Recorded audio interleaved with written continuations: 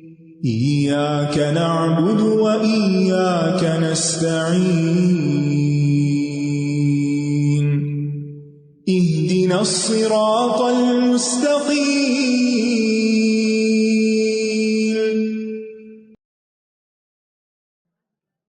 نحمده ونصلي على رسوله الكريم اما بعد فاعوذ بالله من الشيطان الرجيم بسم الله الرحمن الرحيم رب اشرح لي صدري ويسر لي امري واحلل عقدة من لساني يفقهوا قولي. فتلقى آدم من ربه كلمات فتاب عليه إنه هو التواب الرحيم. پھر آدم نے اپنے رب سے توبہ کے چند کلمات سیکھ لیے تو اللہ نے اس پر مہربانی کی، بے شک وہ بہت توبہ قبول کرنے والا نہایت رحم کرنے والا ہے۔ اللہ تعالیٰ نے آدم علیہ السلام کو ان کے نفس کے حوالے نہیں کیا، یعنی یہ نہیں کہ بس انہیں پھر چھوڑ دیا ہو، یعنی جنت سے تو نکلوا دیا گیا، دشمن بھی سامنے آ گیا، اب یہ نہیں کہا کہ اب جو جی چاہے کرو، بھٹکتے پھرو، پکا ناراض نہیں ہو گیا، بلکہ آدم علیہ السلام نے جب اللہ تعالیٰ کی طرف رجوع کیا تو اللہ تعالیٰ نے ان کو توبہ کا طریقہ بھی بتا دیا، کلمات بھی سکھا دیے۔ وہ کلمات بھی سورۃ الاعراف میں ملتے ہیں، ربنا ظلمنا انفسنا وان لم تغفر لنا وترحمنا لنکونن من الخاسرین۔ ابن عباس کہتے ہیں کہ آدم علیہ السلام نے کہا، اے رب کیا تو نے مجھے اپنے ہاتھ سے پیدا نہیں کیا؟ اللہ تعالیٰ نے فرمایا، ہاں کیوں نہیں۔ آدم علیہ السلام نے کہا، کیا تو نے میرے اندر اپنی روح نہیں پھونکی؟ اللہ تعالیٰ نے فرمایا، ہاں کیوں نہیں۔ آدم علیہ السلام نے کہا، اے میرے رب کیا تو نے مجھے اپنی جنت میں نہیں بسایا تھا؟ اللہ تعالیٰ نے فرمایا، ہاں کیوں نہیں۔ آدم علیہ السلام نے کہا، کیا تیری رحمت تیرے غضب پر حاوی نہیں؟ اللہ تعالیٰ نے فرمایا، ہاں کیوں نہیں۔ آدم علیہ السلام نے کہا، اگر میں توبہ کر لوں اور اپنی اصلاح کر لوں تو کیا آپ مجھے اپنی جنت میں واپس لوٹا دیں گے؟ اللہ تعالیٰ نے فرمایا، ہاں کیوں نہیں۔ تو اس پر ابن عباس کہتے ہیں کہ اس میں یہی کلمات مراد ہیں، یعنی توبہ کرنے کے کلمات۔ یہ عاجزی کا ایک طریقہ ہے، اور آدم کو اپنی غلطی کا احساس ہو گیا کہ میری غلطی تھی اور مجھے واپس وہیں جانا۔ دکھا دیا نا ایک دفعہ جنت کو، کیسی ہے جنت۔ اللہ تعالیٰ نے جب جنت بنائی تو جبریل علیہ السلام کو دکھایا تو انہوں نے کہا کہ جو اس کو دیکھے گا وہ لازماً اس میں آ کے رہے گا، لیکن جب اس کو مشکلات سے گھیر دیا گیا تاکہ بہت کم آئیں گے یہاں ان مشکلات کو پار کر کے۔ بہرحال اس سے فرق بھی پتہ چلتا ہے کہ آدم علیہ السلام سے بھی غلطی ہوئی اور شیطان سے بھی غلطی ہوئی۔ شیطان نے اپنی غلطی کی حجتیں پیش کی اور توبہ نہیں کی، بلکہ مہلت مانگی کہ میں اور غلطیاں کروں، اور آدم علیہ السلام نے توبہ کر لی۔ تو جو شخص توبہ کر لیتا ہے اللہ تعالیٰ اس پر مہربان ہو جاتا ہے، فتاب علیہ، اللہ اس پر مہربان ہو گیا۔ اللہ سبحانہ وتعالیٰ نے ان کو پھر چن لیا اور آدم کی اولاد کو یہ سبق سکھا دیا کہ اگر تمہیں جنت میں آنا ہے تو پھر شیطان سے بچنا ہوگا، اللہ کی فرما برداری کرنی ہوگی، نافرمانی کے ساتھ جنت نہیں ملے گی، اور اگر غلطی ہو جائے تو توبہ کرنی ہوگی، کیونکہ انہ هو التواب الرحیم، بے شک وہ بہت زیادہ توبہ قبول کرنے والا مہربان ہے۔ یہ بھی اللہ تعالیٰ کے دو نام ہیں، تواب اور رحیم۔ وہ رحمت کی بنا پر غلطی معاف کر دیتا ہے، اور انسانوں کا کیا حال ہے کہ اگر کسی کے جناب میں غلطی ہو جائے تو ساری زندگی نہیں بھولتے، بار بار تانے دیتے رہتے ہیں۔ تمہارے لیے اللہ تعالیٰ کا احسان ہے کہ اس نے ہمیں راہ دکھائی، ہدایت دی، توبہ کے طریقے بتائے، اور یہ کلمات بہت ہی بہترین، علماء کہتے ہیں کہ یہ مقبول دعا ہے، جو یہ مانگے گا اس کی دعا اسی طرح قبول ہو جائے گی جیسے آدم علیہ السلام کی ہوئی تھی۔ اور اس میں اپنی غلطی کا اعتراف ہے، ربنا ظلمنا انفسنا۔ اللہ تعالیٰ کو عاجزی بہت پسند ہے، اور اللہ تعالیٰ کو معاف کرنا بھی بہت پسند ہے، اور توبہ کرنے والے سے بہت خوش ہوتا ہے اور اس کو پاک صاف کر دیتا ہے، اس کو انعامات دیتا ہے۔ قُلْنَا اهْبِطُوا مِنْهَا جَمِيعًا فَإِمَّا يَأْتِيَنَّكُم مِّنِّي هُدًى فَمَن تَبِعَ هُدَايَ فَلَا خَوْفٌ عَلَيْهِمْ وَلَا هُمْ يَحْزَنُونَ۔ ہم نے کہا تم سب یہاں سے اتر جاؤ، پھر اگر تمہارے پاس میری طرف سے کوئی ہدایت آئے تو جو میری ہدایت کی پیروی کریں گے تو ان پر نہ کچھ خوف ہوگا اور نہ وہ غمگین ہوں گے۔ قلنا، ہم نے کہا، یعنی اللہ سبحانہ تعالیٰ نے یہ وی رائلٹی کی ہے، ٹھیک ہے۔ اللہ تعالیٰ اپنے لیے کبھی جمع کا صیغہ استعمال کرتے ہیں، اس کا یہ مطلب نہیں کہ نعوذ باللہ وہ ایک سے زائد ہے، بلکہ ہم یعنی عزت کے تکریم کے لیے ہے. اہبتو میں جمع کا صیغہ ہے. اہبتو منہا، آدم، حوا، ابلیس اور پھر اولاد آدم سب اب زمین پہ رہو. اور پھر اہبتو منہا جمیعا، سب کے سب یہاں سے چلے جاؤ. ابو ہریرہ رضی اللہ عنہ کہتے ہیں نبی صلی اللہ علیہ وسلم نے فرمایا سب سے بہتر دن جس میں سورج نکلا جمعہ کا دن ہے. اسی دن آدم کو پیدا کیا گیا، اسی دن ان کو جنت میں داخل کیا گیا، اسی دن جنت سے نکالا گیا، اور قیامت بھی اسی دن قائم ہوگی، جمعہ کا دن. فَإِمَّا يَأْتِيَنَّكُم مِّنِّي هُدًى، پھر اگر تمہارے پاس میری طرف سے کوئی ہدایت آئے، فَمَن تَبِعَ ہدایا، تو جو ہدایت کی پیروی کرے گا اس کو فالو کرے گا. ہدن سے مراد علم ہے، ہدایت ہے جو اللہ تعالیٰ انبیاء اور رسولوں کے ذریعے بھیجتا ہے بذریعہ وحی، اور اس کی پیروی کرنی ضروری ہوتی ہے، اس کو فالو کرنا ہوتا ہے. اور اگر پتہ ہی نہیں کیا ہدایت آئی ہے تو فالو کہاں سے کریں گے؟ یہاں آپ دیکھیں جنت میں واپسی کی شرط لگا دی گئی ہے کہ جو ہدایت آئی ہے اب کیا کرو، اس کی پیروی کرو، اس کو فالو کرو. اور ہدایت کو اللہ نے اپنی طرف منسوب کیا ہے، منی ہدن، میری طرف سے جو ہدایت آئے، یعنی ان ہدی اللہ هو الہدی. اصل ہدایت کون سی ہے؟ جو اللہ کی دی ہوئی ہدایت ہے. لوگوں کے خیالات، فلسفے، پوئٹری، طرح طرح کی باتیں، وہ ہدایت نہیں. اصل ہدایت وحی کے ذریعے آتی ہے. اس لیے ہمیں پورے یقین کے ساتھ قرآن و سنت کو مضبوط پکڑنا چاہیے کہ یہ ہے اصل صحیح طریقہ زندگی گزارنے کا. ہم اوروں کی باتوں سے بہت متاثر ہو جاتے ہیں اور اصل ہدایت کو چھوڑ دیتے ہیں، جبکہ یہاں اللہ کی ہدایت ہی اصل ہدایت ہے اور اس کی پیروی کرنا ضروری. جو یہ کرے گا اس کا انعام کیا ہے؟ فلا خوف علیہم ولا ہم یحزنون، اس پر نہ خوف ہوگا. خوف فیوچر کا ہوتا ہے، کل کیا ہوگا، اور غم ماضی کا ہوتا ہے، یعنی بلکہ انتہائی مطمئن اور بہت پرسکون ہوں گے. تو بہرحال اس آیت سے جو خاص بات پتہ چل رہی ہے وہ یہ کہ اللہ کے بتائے ہوئے طریقے کے علاوہ اللہ کی عبادت کا کوئی طریقہ ڈھونڈ لینا وہ سراسر گمراہی ہے، اور امن صرف ہدایت کی پیروی کرنے والوں کے لیے، اور ایسے ہی لوگ خوش نصیب ہیں جو گمراہی اور بدبختی سے بچ جائیں. اور قرآن و سنت جو ہیں یہ ہدایت کے دو بڑے ذرائع ہیں اور انہی کو مضبوطی سے پکڑنا چاہیے، اور اس میں جو کچھ کہا گیا ہے اس پر چلنا چاہیے. اپنے نفس کی خواہشات یا شیطان کی پیروی نہیں کرنی چاہیے. اس لیے بدعات سے بھی بچنا چاہیے. تو جو بچے گا وہی خوف اور غم سے نجات پائے گا. اور آج کا مسئلہ آپ دیکھیں دنیا کا کیا ہے، خوف اور غم، کیونکہ ہم صحیح معنوں میں ہدایت کی پیروی نہیں کر رہے. والذین کفروا وکذبوا بآیاتنا اولئک اصحاب النار هم فیہا خالدون. اور جنہوں نے کفر کیا اور ہماری آیات کو جھٹلا دیا وہ آگ والے ہیں، وہ اس میں ہمیشہ رہنے والے ہیں. یعنی جنہوں نے اللہ کی بات کا انکار کر دیا، ہدایت کی پیروی نہیں کی، اللہ کی چاہے ذات ہو چاہے بات ہو اس کی اطاعت سے تکبر کیا، وَكَذَّبُوا بِآيَاتِنَا، اور ہماری آیات کو جھوٹا قرار دیا، پھر ان کے لیے کیا ہے؟ اولئک اصحاب النار، یہ لوگ آگ کے ساتھی ہیں، یعنی گویا ہمیشہ آگ میں ہی رہیں گے. ہم فیہا خالدون، اس سے الگ نہیں ہوں گے. اصحاب صاحب سے ہے، صاحب وہ ہوتا ہے جو ساتھ لگا رہے، یعنی آگ کے ساتھ لازم آگ ان کو چمٹ جائے گی. اور یہ اصحاب النار کا لفظ جو ہے یہ کفاری کے لیے آتا ہے.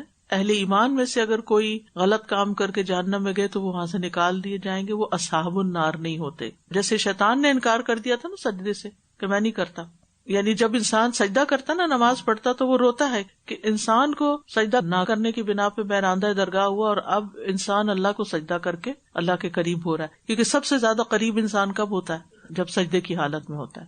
تو اس آیت سے جو بڑی اہم بات پتہ چلتی ہے وہ یہ کہ دو خصلتیں جو ہیں وہ جہنم میں لے جانے والی ہیں، ایک کفر اور ایک تکذیب. کفر اور تکذیب. اور جہنم جو ہے وہ بہت بڑی بلا ہے جس میں نہ زندگی ہے اور نہ موت ہے. ثم لا يموت فيها ولا يحيى. اللہ تعالی ہم سب کو اس سے محفوظ رکھے. اللہم انا نسألک الجنۃ ونعوذ بک من النار. آپ یہ دعا پڑھ رہے ہوں گے، پھر آپ دیکھیے دوبارہ جہنم کا ذکر آ گیا، لہٰذا یہی دعا پھر ریمائنڈر کے طور پر آپ کو بتا رہی ہوں کہ اللہ سبحانہ تعالیٰ ہمیں اپنی نافرمانی سے بھی بچائے. اور آخر میں ایک بات کہنا چاہوں گی کہ اپنے بچوں کو قرآن کے قصے سنائیں. قرآن کا 1/3 تقریباً قصوں پر مشتمل ہے، جو بڑا اہم ٹاپک ہے. ہمارے بچے ہیری پوٹر پڑھ لیتے ہیں، لیکن ان کو اگر پوچھیں آدم علیہ السلام کا واقعہ، سلیمان علیہ السلام کون تھے، ابراہیم علیہ السلام کون تھے، انہیں نہیں پتا ہوگا. تو اگر وہ اس سے جاہل ہیں تو بہت بڑے نقصان میں ہے. لہٰذا اب یہ کہانی کسی نہ کسی کو سنائے. یہ ہماری بگننگ ہے اور اینڈ بھی یہاں بتا دیا گیا کہ انجام کہاں ہوگا. یہ ہماری جرنی ہے. تو اللہ سبحانہ وتعالی ہمیں عمل کی توفیق عطا فرمائے. یا بنی اسرائیل اذکروا نعمتی التي انعمت علیکم وأوفوا بعهدی اوف بعهدکم وإیای فارہبون. اے بنی اسرائیل، میری اس نعمت کو یاد کرو جو میں نے تم پر انعام کی، اور میرے عہد کو پورا کرو، میں تمہارے عہد کو پورا کروں گا، اور صرف مجھ ہی سے ڈرتے رہو. اس سے پہلے یا ایھا الناس کے ساتھ تمام لوگوں کو دعوت تھی عبادت کی. اب بنی اسرائیل کے ساتھ خصوصی خطاب کیا جا رہا ہے، کیونکہ اہل کتاب ہونے کی وجہ سے ان کا زیادہ حق تھا کہ وہ نبی صلی اللہ علیہ وسلم پر ایمان لائیں. تو یہاں سے لے کر آیت نمبر 147 تک 147 تک ان پر 10 انعامات، ان کی 10 بدعمالیوں اور انہیں دی جانے والی 10 سزاؤں کا ذکر ہے.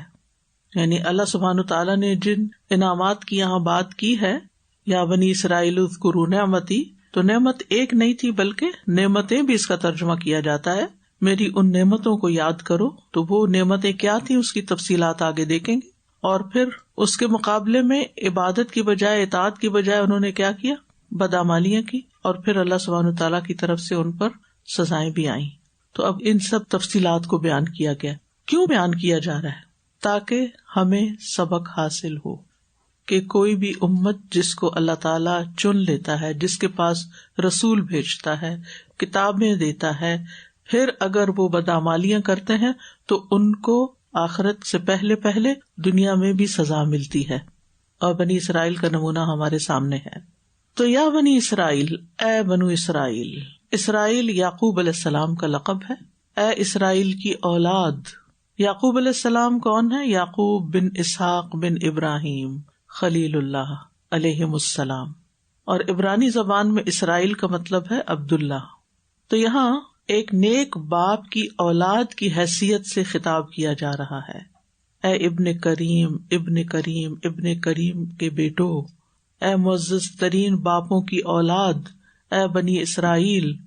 یعنی ان کو احساس دلایا جا رہا ہے کہ سوچو تم کس کے بچے ہو، کس کی اولاد ہو. اب بھی آپ دیکھیں کہ عام طور پر جب ہم کسی کو احساس دلانا چاہتے ہیں کسی کام کا، اپنے ہی بچوں کو دیکھ لیں.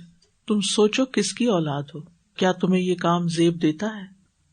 یا پھر کسی اور کو سمجھاتے ہیں تو اے عالموں کی اولاد، یا اے محسنوں کی اولاد، تمہارے ماں باپ اتنا صدقہ خیرات کرتے تھے، تمہیں کیا ہو گیا ہے؟ تو یہاں اے بنی اسرائیل. تو اللہ سبحانہ وتعالیٰ بنی اسرائیل کی شان بیان کر رہے ہیں ایک طرح سے.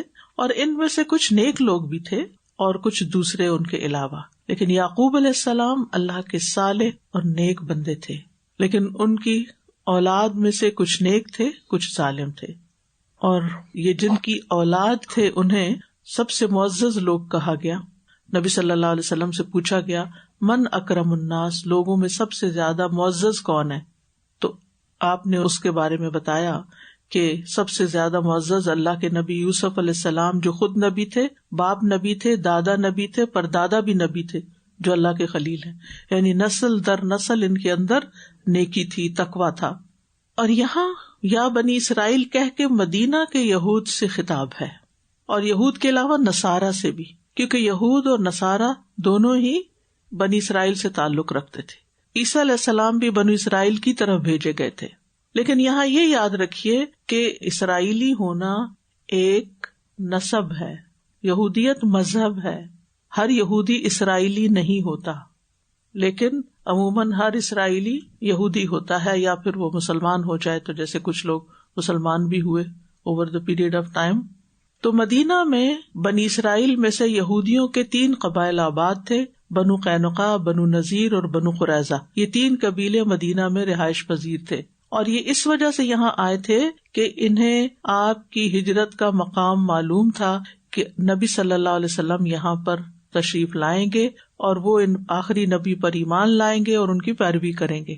لیکن جب نبی صلی اللہ علیہ وسلم اپنی ساری نشانیوں سمیت مدینہ تشریف لے آئے تو انہوں نے کیا کیا؟ انکار کر دیا. بنی اسرائیل میں بہت سے نبی آئے ہیں، ٹھیک ہے، جیسے ان میں سب سے زیادہ اہم شخصیت موسیٰ علیہ السلام کی ہے، جن کا ذکر قرآن مجید میں بارہا آتا ہے. پھر ہارون علیہ السلام، یوسف علیہ السلام، داؤد علیہ السلام، سلیمان علیہ السلام، زکریا علیہ السلام، یحییٰ علیہ السلام، حضرت صفیہ جو نبی صلی اللہ علیہ وسلم کی زوجہ تھی، یہ سب اسرائیلی تھے. ٹھیک ہے، تو اللہ سبحانہ و تعالیٰ ان کو مخاطب کر کے کہہ رہے ہیں کہ دیکھو تم اللہ کے چنے ہوئے لوگ ہو، اور ان کو اس بات کا پتہ بھی تھا، اور یہ کہتے تھے نحن ابناء اللہ و احباؤہ، ہم اللہ کے بیٹے ہیں اور اللہ کے محبوب ہیں. وہ کہتے تھے ہم اہل علم ہیں اور انبیاء کے وارث ہیں. وہ اپنی شان کو پہچانتے تھے. تو اللہ سبحانہ تعالیٰ نے اسی کے ذریعے ان کو خطاب کیا، یا بنی اسرائیل اذکروا، اے بنی اسرائیل یاد کرو، ذکر کرو. کس کا؟ نعمتی، میری نعمتوں کا.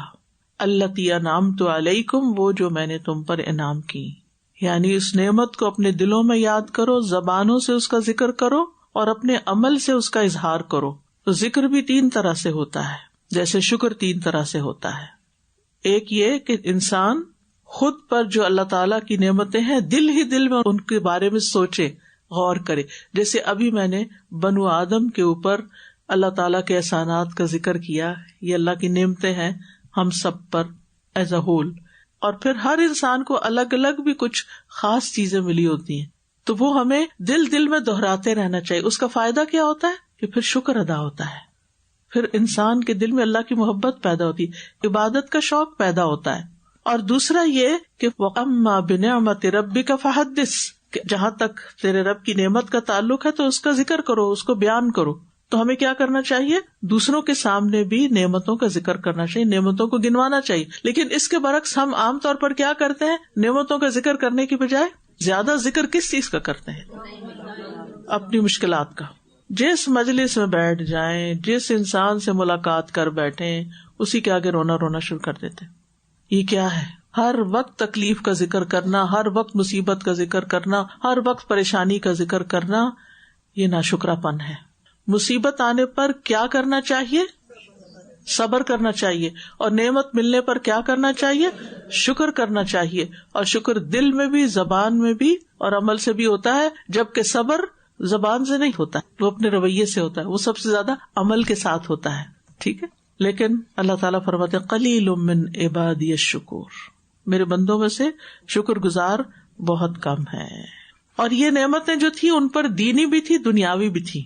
اللہ تعالیٰ نے بنی اسرائیل پر جو نعمتیں کی تھی ان میں دینی نعمتیں بھی تھی، دنیاوی بھی تھی. اللہ سبحانہ وتعالیٰ فرماتے ہیں وَلَقَدِ اخْتَرْنَاهُمْ عَلَىٰ عِلْمٍ عَلَى الْعَالَمِينَ، بلا شبہ یقیناً ہم نے انہیں علم کی بنا پر جہانوں میں سے چن لیا تھا. اللہ تعالیٰ نے ان میں انبیاء بھیجے تھے.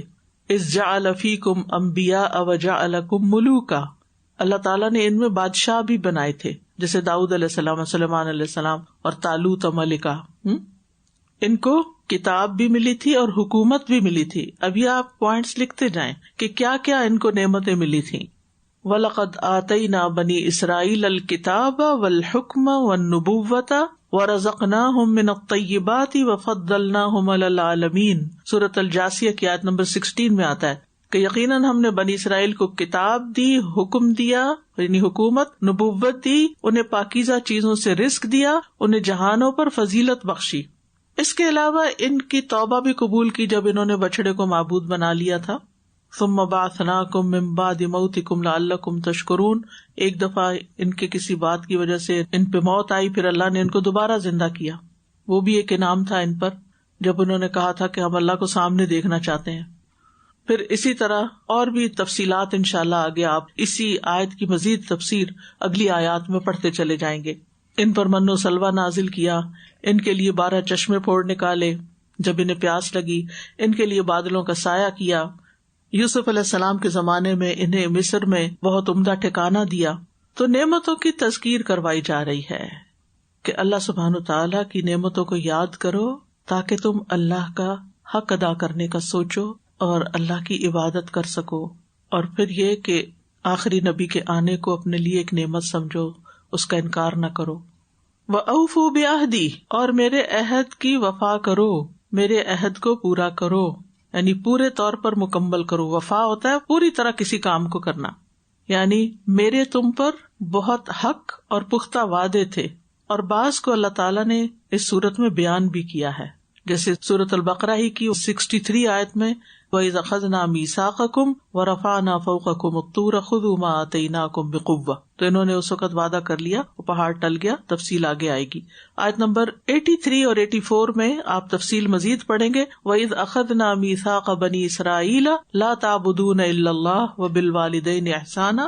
یعنی اللہ نے ان سے بہت سی چیزوں کا وعدہ لیا تھا کہ یہ اللہ ہی کی عبادت کریں گے، والدین کے ساتھ احسان کریں گے، رشتہ داروں، یتیموں، مسکینوں کے ساتھ اچھا سلوک کریں گے، لوگوں سے بھلی بات کریں گے. یعنی یہ اللہ نے ان سے پکے وعدے لیے. تو جہاں بھی میثاق کا لفظ آتا ہے وہاں اسی عہد کی طرف اشارہ ہے کہ تم نے یہ وعدہ کیا تھا.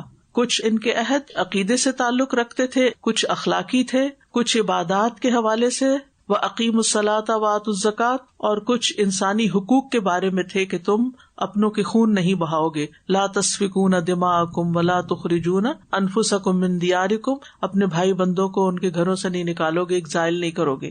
پھر اسی طرح نماز قائم کرنے اور زکوٰۃ دینے کے بارے میں اور حق کا اظہار کرنے کے بارے میں بھی وعدہ لیا گیا تھا، جس کا ذکر سورۃ آل عمران میں انشاءاللہ آپ پڑھیں گے.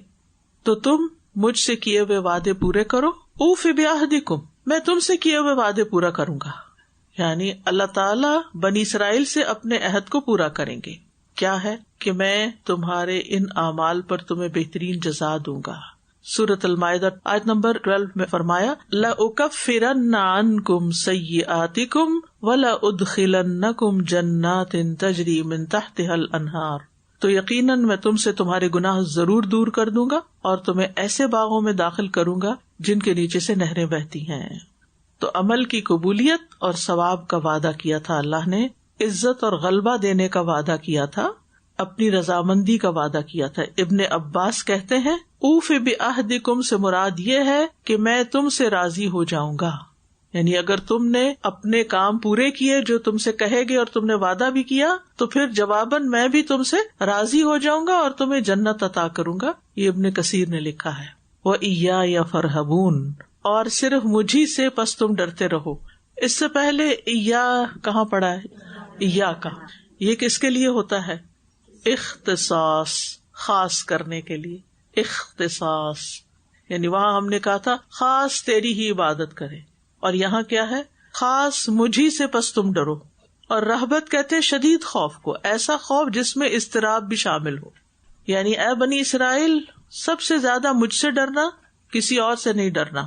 اور پھر یہاں پر اللہ سبحانہ تعالیٰ نے اپنے ڈر کی بات کی ہے. یا یعنی اللہ کا لفظ واضح نہیں ہے، لیکن یا سے مراد اللہ تعالیٰ ہی ہے. بنی اسرائیل نبی صلی اللہ علیہ وسلم کی آمد پر ان پر ایمان لانے کی بجائے ان کے دشمن بن گئے.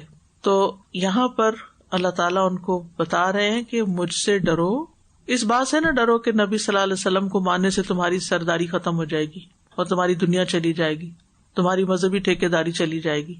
کیونکہ پہلے وہ سمجھتے تھے کہ یہ حق صرف بنی اسرائیل کو ہے. آخری پیغمبر بھی کہاں آنا چاہیے؟ صرف بنی اسرائیل میں آنا چاہیے.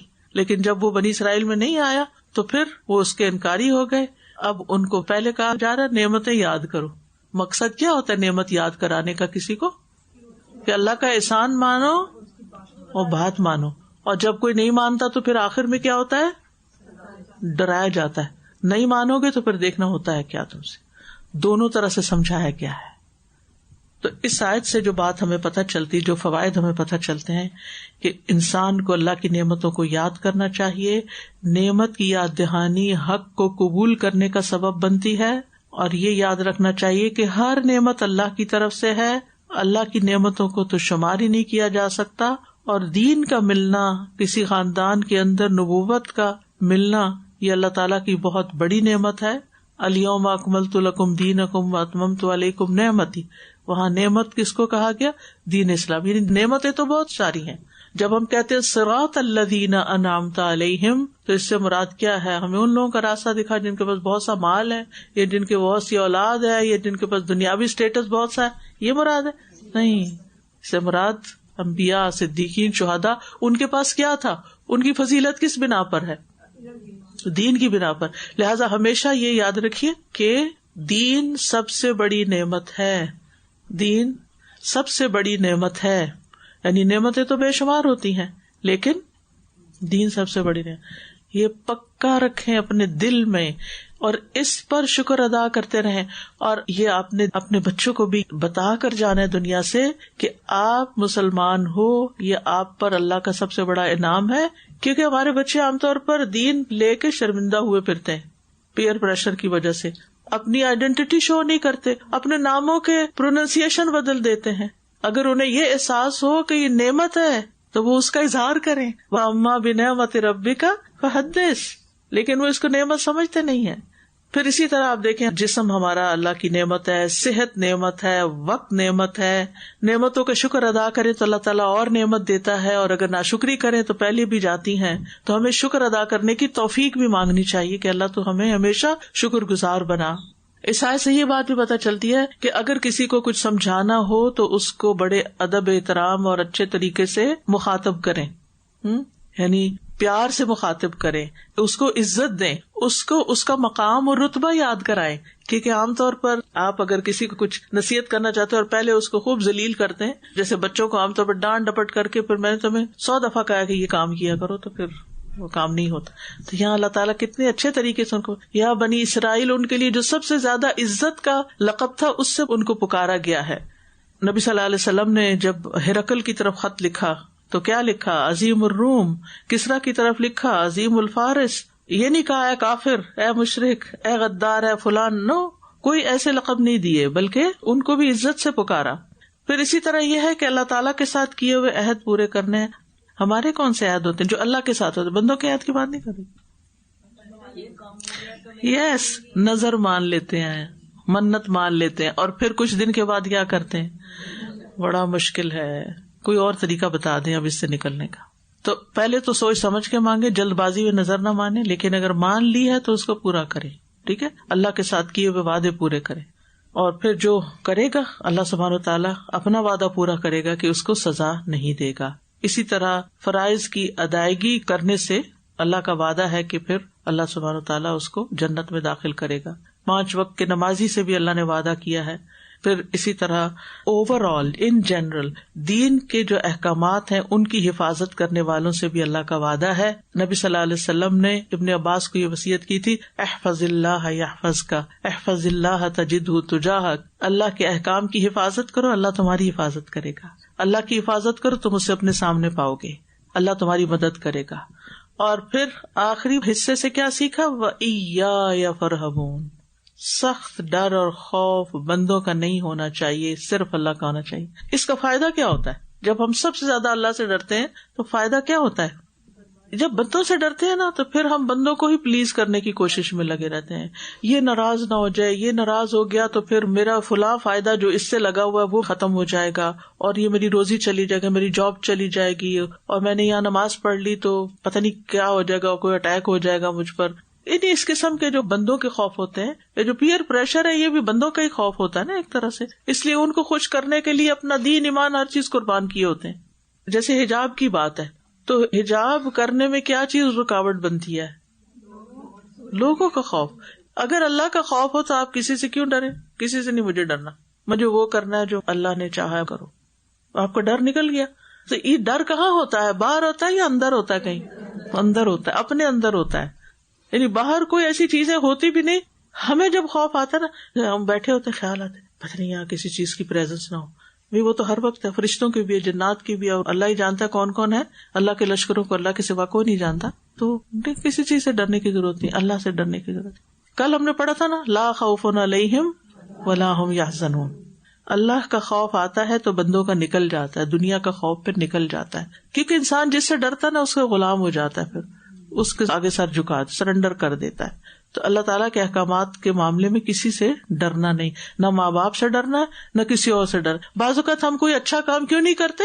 ہاں ہمارے ماں باپ کو پتا چل گیا تو وہ ناراض ہوں گے, ان کو نہ پتا چلے.